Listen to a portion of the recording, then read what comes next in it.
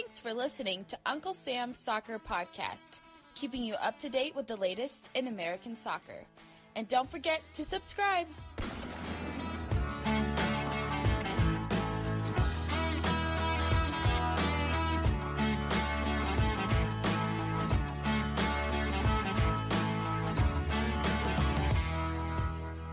Hello, everyone. Welcome to Uncle Sam's Soccer Podcast. My name is Jake Watroba, and joining me is Steven Jodaran. This is part 2 of our interview with Detroit City FC manager Trevor James, where we discuss youth development in U.S. soccer and Detroit City FC. If you haven't, please go back and listen to part 1, where Trevor talks about his experiences in Europe and general issues within U.S. soccer. Please make sure you subscribe to the show on any major podcast platform and leave us a 5-star review. And don't forget to follow the show on Twitter at Uncle Sam Soccer Pod. Now, let's get to part 2. No, absolutely. But is there a gaping hole that you see, just whether it's in MLS, USL, or any other soccer league as a whole, when it comes to just the pure growth or the sheer growth that everyone is talking about, that we're seeing? Well, I think if you went, it would probably differ from clubs to clubs, club to club, really, with the development and if you like, their pyramid within their own club. And I mean, you talk about youth development, that's another conversation. But having a pyramid up to that point, some clubs are ahead of others, and I think that needs to be worked on. Because obviously, league rules are not going to be allowed. You're not going to be allowed to attract, 7, 8, 9 DPs unless they change the rules. But at the minute, they're not going to. So I think, the pyramid scheme, as far as from the youth, the academies, into maybe the development squads, under 23s, or the teams that play in the USL. Some are much better than others. So I think that's an important thing, and there is a gulf in that. Obviously, the boom of the lower leagues from the USL and NPSL. I mean, having pro leagues, obviously, it's giving a lot more opportunities for people to play and to work on a daily basis in a competitive environment. So that can only be good to develop players. And obviously those leagues are growing, faster than ever. So as far as gaping space, I don't know. I would probably go through individual clubs and see what their vision is and where they're going. Whether it's a lot of teams always want to skip out on the in betweens of the academy to the first team. But I think the development squads are massive, and Again, I've always been big on it. I spoke to a lot of people in MLS about that area when I was involved, and I feel there should be, each team should have a development group, whether it's an under 23 group or whether it's under 21, and in doing so, they need, and this is something that maybe falls through the cracks a bit, they need to hire coaches in those positions who specialize in development. And I think sometimes they miss the point there. I think a lot of teams see it as another opportunity to give an ex-player a coaching position, and that's really not the best for development unless that coach aspires to be a development coach and not a first-team coach, because it's obviously a different animal. What are the differences? If you had a development, if the Galaxy had a development team at under 23, say when Bruce Arena was the first team coach. Bruce Arena was a fantastic first team coach, but he wouldn't, in my opinion, be a good development coach for an under 21 team, but because it's a different animal. But coach the first team, and he'll win you the championship. But to develop 19 years old, it's a different skill than it is to manage the first team. And I think sometimes the MLS teams hire coaches because they either with ex-players and they played 10 years and they have great experience, or that. But a lot of them, obviously their ambition is to be a first team coach, is to actually be the head coach of the first team. So I think it should be a little bit more mindset from the clubs on the development coaching aspect, and not just coaches for coaches' sake. Trevor, let me ask you this then, since there's no promotion relegation in this country, and we've talked about this numerous times in this show. It frustrates us from just looking at it from an MLS perspective of why don't some of these clubs play some of their academy products? And you're a coach obviously now. Can you talk about what would be some reasons why a coach wouldn't play the academy product, especially if there's no fear of being relegated? I would imagine it's probably a part of wins and losses, things like that. But I would also think it's probably player personnel, as far as player relationship, coach relationship with players, and player management. It's a much easier way of life if you don't have to have discussions with players because they're not playing and a 17-year-old is, if they've played the game 10 years or whatever it may be. But that's again where I go back to what I said a couple of minutes ago. The head coaches of the first teams, the head coaches of the teams, are 100% concentrating on trying to win as many games as possible, because that's how they'll be judged. And again, if they have doubts of whether Efrain Alvarez is good enough or not, they would decide on not playing him. Obviously, he played last night, which is great for the kids. So I think that you'll get some coaches now. We're starting to get some coaches now come to MLS who realise that it's not about moving your players around the field to get them all in. If somebody's not there, you will bring in the next best player in the club, and if he's an academy player, then he gets the opportunity. But I think you'll see in some coaches now. I think you'll see that in LA. I think you'll see it in San Jose. I think you'll see some of these coaches use younger players now. Do you think the incentive to play the younger players, because the two coaches you've mentioned are not American, do you think this is an American coaching problem when it comes to not playing kids in whether it's MLS or any other league? Yeah, possibly. I think it's an American thing is that we class somebody in this country who's 21 as being extremely young. Obviously, in Europe, if somebody's 21, he's probably played 100 times in the first team, because of the way the college system is such that players come out of college and they're rookies and they have to learn the game. So I think we judge players as being young when they're really not that young. They are young here, and maybe that's because of all sports. But I think maybe our culture here in America is that we think that they have to learn. They have to go through a period. They have to be a freshman or whatever they have to do before they get the right. I think in Europe, they judge on it's not judged on the age or any college. I think a lot of coaches come from college, and I think that was you don't play the freshman before you play the senior.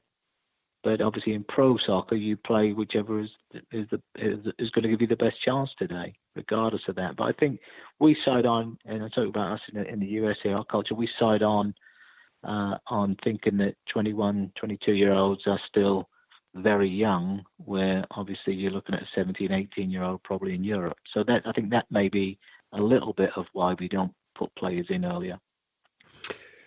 Trevor, I want to ask you about youth development within Detroit City. Is there any plans by the club to focus on developing the academy at all? Yeah, there is. I mean, we have a select program where they had 4 teams last year. They're having 6 teams this year, and that will be funded for the most part by the club, and it will be I'm going to say an academy. It's like a select program. I mean, I think obviously we have affiliations with other youth clubs within the Detroit area. who will, they will do things with, similar with our curriculum, and they will be supportive of us and that sort of thing. But I think as this is our first year where we turn professional in August, I think that will be the road that we go. I could probably see the select team, the select side of the club building, and the academy route is probably where we should go. I mean, how we do that and where we do that, I mean, I will probably know that more in a year's time. If you want to talk to me then, I'll know more. Trevor, you talked a few minutes ago about coaching having a huge impact when it comes to youth development. How are you at Detroit City going to, with the youth, going to implement a system or coach them in a way that they do get max coaching? Yeah. Well, obviously, I will set the curriculum out for our youth, for our youth program. So the youth program will be continuous on to the pro level, but it's all, over what I've done, the same as when I put the Galaxy Academy together. There's different points of where you are, and as we put that youth program in place, obviously the majority of the work will be, a lot of work will be with the coaches on things that they need to coach at this level. They don't, again, all the youth coaches will ambition to do something, but and to climb the ladder, which is great because that's what you should be doing. But at the same point, you can learn development skills, which is slightly different to what you would do if you were a first team coach.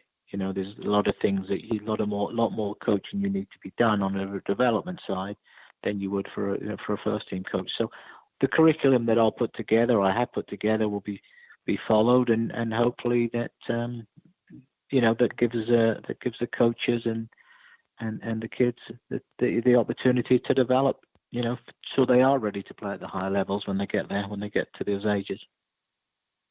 Trevor, I wanted to ask, why DCFC? Why did you choose to join up with Detroit City?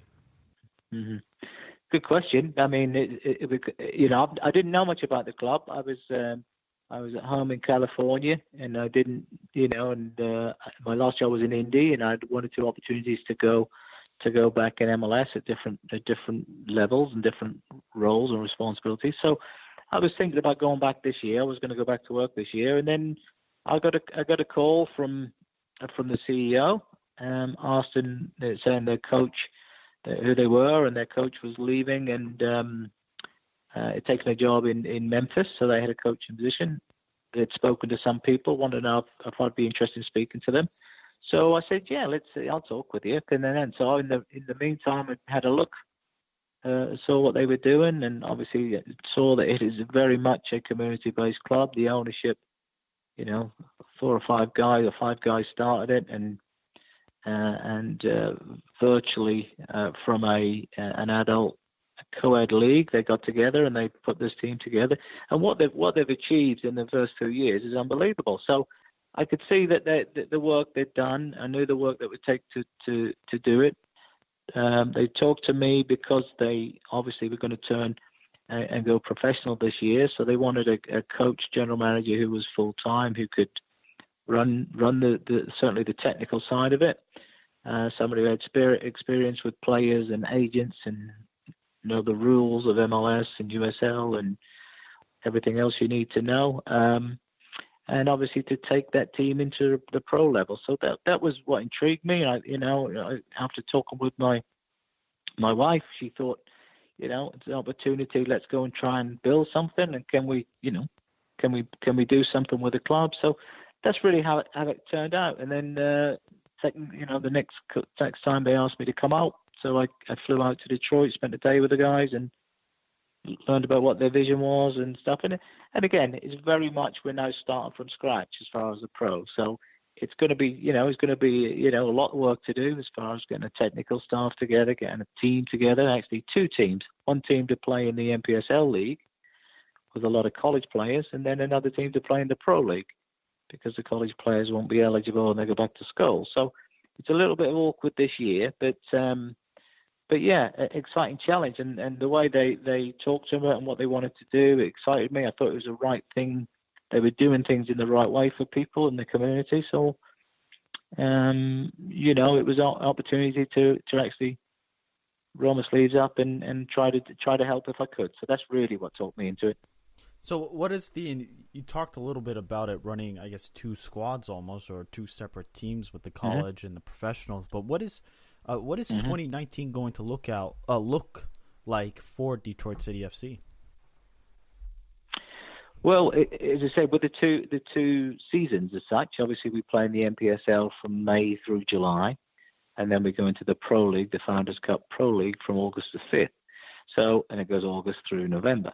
So the challenge is obviously that we will still have a lot of college players in the first part of the season. I am trying to include some players in that group who will transfer into the pro group. So that will be maybe college players have graduated, maybe professional players who don't have contracts at this time or at that time, who would like to play for us and earn a contract for the Pro League. So we will play that. Obviously, when it comes to July and all the college players go back, it would be virtually impossible to hire a complete roster. So I've got to have some players already ready on the roster, and some players are going to join us in July for that season. So it's probably juggling a little bit, trying to do well with the first group of college players, and then obviously trying to be very competitive in the second group, which obviously we're in a very difficult group. We play in the East, so we play with Miami FC and we play with the Cosmos and Miami United. So we play with obviously the bigger clubs, the bigger clubs financially in the lower leagues, and that includes USL and everybody. So we're two of the highest spending teams. So we know it's going to be tough, but it's a matter of this year is making sure that we can get a competitive team on the field and so that people know that we're around, so that professionals know that Detroit will be an option the following year, because the following year will run as a full season, from March, April. So it'll be just like recruiting like all the other teams at that point. So, but trying to make, to show players that, yes, we're a professional club. This is how well we run it. We have enough facilities. We have, we treat you like professionals. We look after you very well, and give them an option, to come to Detroit. So, trying to make people aware of us and be competitive this year would probably be a great target. And then anything more than that would be fantastic, Trevor, final question here before we let you go. I want to talk about Detroit City FC's fans.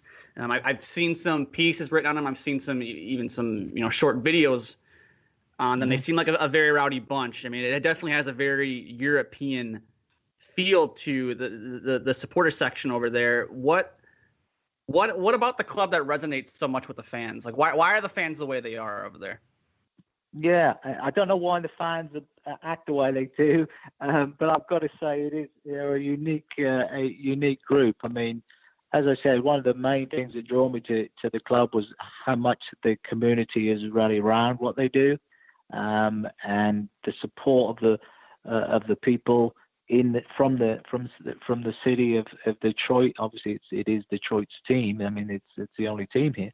So the support from the city, the support from even the Hamtramck area where the stadium is, it's a real event. I mean, they meet, they have, they tailgate, they march from the tailgate area through the streets of Hamtramck. It's obviously, if you've seen the videos of smoke bombs and everything else, it is very, very European.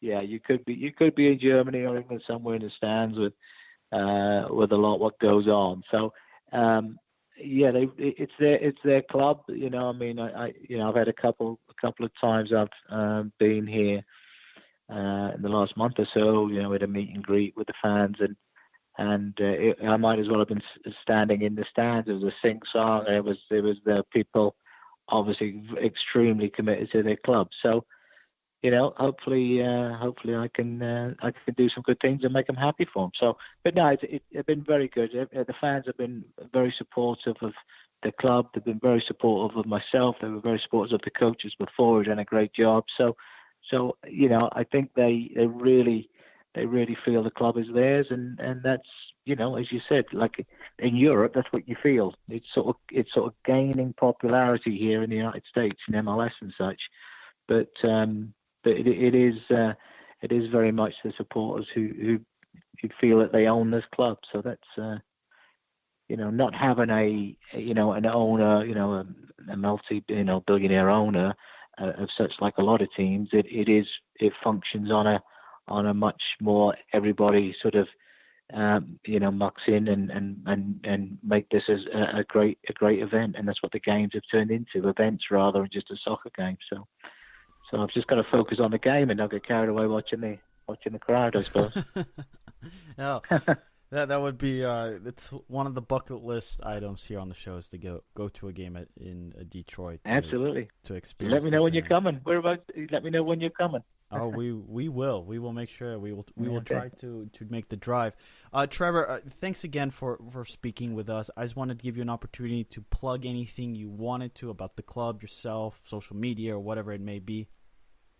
No, as I said, I think the club sells itself. Obviously, if anybody out there wants to look and look up on Detroit and see the fan base and see what the club are doing, it's a great club to get involved in. You obviously you support your own teams wherever you are, but Detroit might not be a bad second choice. Hey, Trevor, thanks again. Good luck with the upcoming season, and maybe we'll talk to you in the fall, or maybe we'll be down in Detroit over the summer to meet up and catch a game. Great, fantastic. Thanks very much, guys, and anytime you need a chat, let me know. Oh, we appreciate it. Thank you.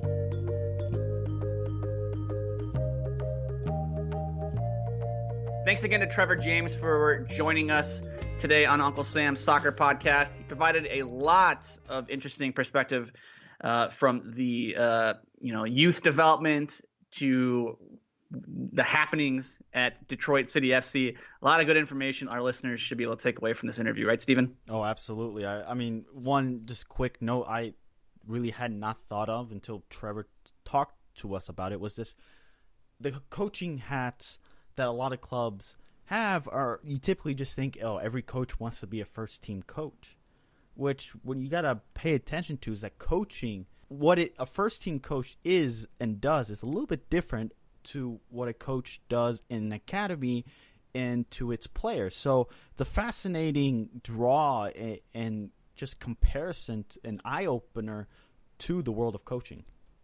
Yeah, and as we alluded to during this two-part interview is, Trevor's worn a lot of different hats within U.S. soccer. So he's worked on first teams. He's worked with the youth development teams, So, I mean, if anyone were to know what it's like to work on both ends there, it's him. So, yeah, it was definitely eye-opening. So absolutely. Listeners, make sure you send us your comments, your thoughts. What was the biggest eye-opener in this interview? And what about Detroit City FC? Is it on your bucket list?